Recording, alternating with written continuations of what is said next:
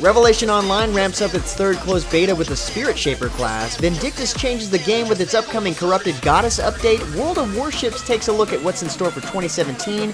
And DFO talks about one of its biggest updates to date.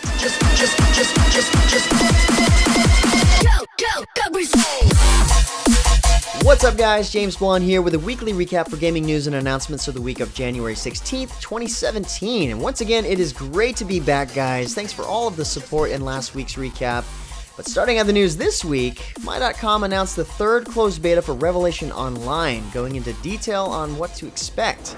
Testing will be taking place January 19th through February 2nd, and the beta will include the new Spirit Shaper class, as seen in the new CGI trailer you see playing in the background here, plus changes to PvE and PvP gameplay. On the PvE side of things, as you go beyond level 49 now, you've got 3 new dungeons, 3 new missions, 2 new events, and a couple other add-ons, such as badges. With the PvP side of things, we see Pirate Treasure, Death Island, 3v3 ranked arena, deathmatch, faction, and territory war, plus a new merchant system. Developers are also raising the level cap to 69, which is good news for players who have participated in closed beta 1 and 2, seeing that there will not be any character wipes, so players can, continue to enjoy their previously created characters. That is, of course, if you get into the new closed beta. Of course, to join the closed beta 3, you can always found to play, as I like to say, which means, of course, buy a Founders Pack, or if you're feeling lucky, you can check out Revelation Online's Facebook page. You do need a brand new key in order to play this time around. Your first and second closed beta key will not work. And Revelation Online is planning to give out 250 beta keys starting January 10th through the 17th, which is tomorrow, depending on when you get to see this, so there's not much time left. Inmass Entertainment has also released a brand new content update for Tera as of January 10th. The brand new 5-player in-game dungeon called Broken Prison sends players into the darkest of dungeons to investigate suspicious activity and perhaps avert a jailbreak of catastrophic consequences. Broken Prison takes place under the Oblivion Woods, where Lacan, one of the world's most powerful and despised gods, has been imprisoned. Players must be at least level 65 to participate, but I'm definitely sure the rewards are worth it. In addition to the new dungeon, this update also includes a host of bug fixes and quality of life improvements to the game, including balance tuning for the 30-player HeroWarz raid dungeon, released last December.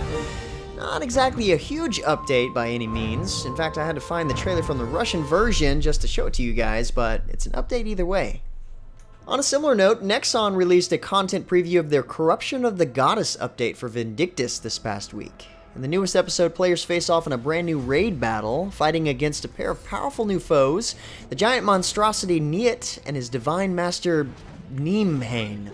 Probably not at all how you say that, but the update will also include the new quick battle system that will make the process of creating and joining parties so much easier, so there's no longer a need to seek out a battle board or even need to be close to the corresponding city. It's fantastic. All of this along with an expansion on emotes, new outfits, improvements to the repair, skill awakening, and mail system, new player design hairstyles, and a crap ton of bug fixes along with other improvements is headed our way with the Corruption of the Goddess update later this month. But I'd say expect to see this patch hit the game later next week. Next up, Perfect World Entertainment's Star Trek Online is celebrating their 7th anniversary with the release of Season 12, Reckoning. Season 12 will continue the mission from Star Trek Online's last update, Agents of Yesterday.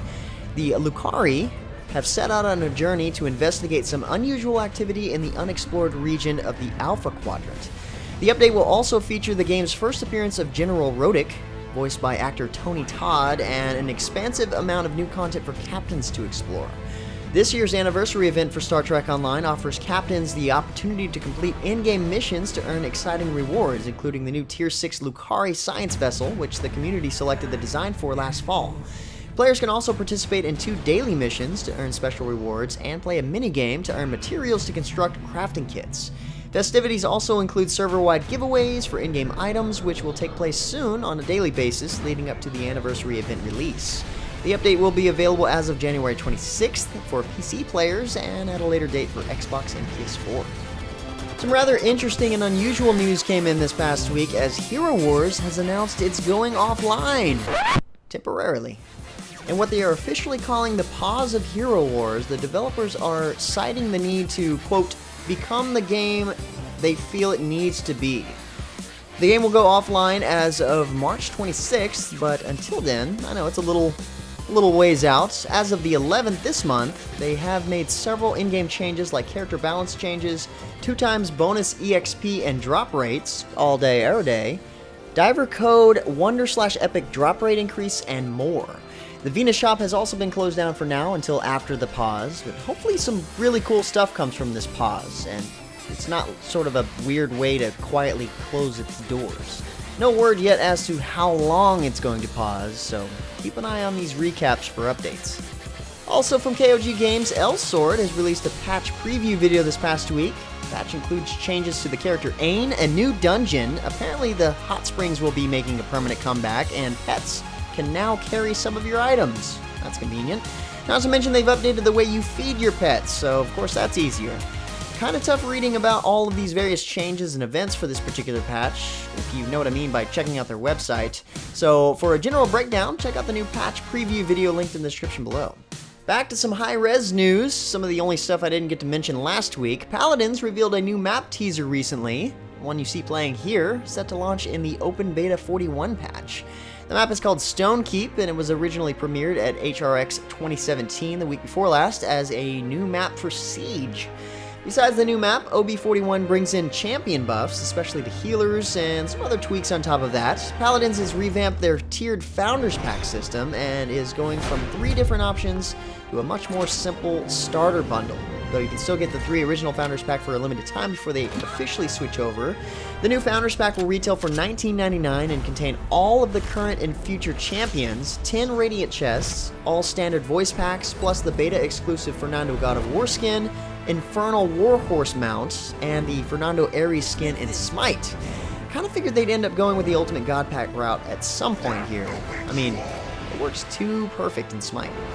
Moving on to more news, World of Warships has also released a new video this past week worth checking out. The new Dev Diary video you see playing in the background details Wargaming's plan for brand new content in 2017.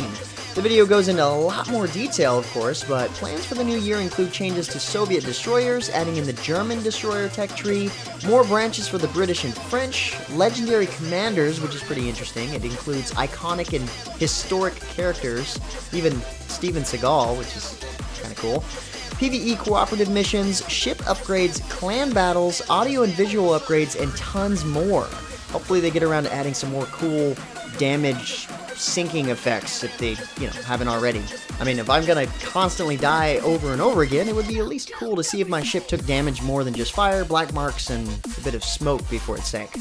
Anyway, usually don't mention much anymore about Wargaming games, but I did really like how they basically laid out all of the updates for the year in one video. So check out Warships' website to see the full video for a lot more detailed description of their plans for 2017. Next up, more on the esports side of things, Heroes of the Storm introduced its Open Division Global Circuit recently. This is aimed towards any brave soul who believes they are worthy to break into the big time through the Open Division. The games are set to begin for Europe today, January 16th, and will be played on alternate weeks with North America, where their competition starts on the 23rd. The Open Division will be streamed live and will consist of 16 teams competing for one of 8 coveted spots in their region's professional league. The process is already underway, of course, so it's a little too late to sign up if you're just now seeing or hearing about this, but it's not too late to check out the action. The possible rise of some awesome teams, if you will, if you're into that sort of thing. And finally, for our last bit of news, Season 3 Act 1 for Dungeon Fighter Online, also known as Pandemonium, was revealed recently. This is one of, if not the largest update to DFO ever, increasing the level cap, adding in a new area, unique story development based on faction, new items and equipment acquisition system, and more. The new level cap pushes players to level 90, and with that, the new area Metro Center will be available to you. Along with the new level 90 items, an earring slot will be added in, giving you that much more stat opportunities, not to mention a new way to acquire items through Pandemonium Rift and Bloody Lane. Only the general features of the new update have been revealed. The rest is set to reveal itself tomorrow, January 17th, so head to the link in the description below to catch all the details. Anyway guys, that's about it for all major news and announcements of this week. Thanks again for the warm welcome back. It's definitely great to be back, guys. Special thanks to my new supporters on Patreon. Special shout out to Jason Walker, Nerf, Kevin V, and Markirion. Congrats and thanks for being my first Patreons. Your support is absolutely amazing. But like always, you can pick up more information about the topics mentioned in the recap from the links in the description below. Feel free to share more news in the comments below. Like, subscribe, and share this video. Until next time, guys, that's going to be it for me. I'm James Blonde. See you out there, gamers.